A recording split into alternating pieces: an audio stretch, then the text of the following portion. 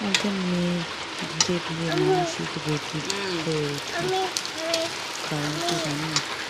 কারণ অবহেলা, তাচ্ছিল্য, অযত্নের কারণে। একজন মেয়ে সবচেয়েতে তার কাছের মানুষ, নিজের মানুষ, তার স্বামীকে বেশি ভালোবাসে। আর সেই স্বামী যদি তাকে তার অবহেলা, তাচ্ছিল্য করে, সেটা কোনো মেয়ে মেনে নিতে পারে না।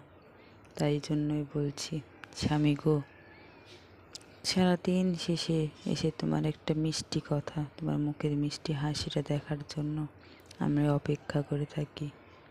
স্বামী গো, এতটাও অবহেলা করো না, অযত্ন করো না। একটু যত্নে রেখো, একটু ভালোবাসা দিও।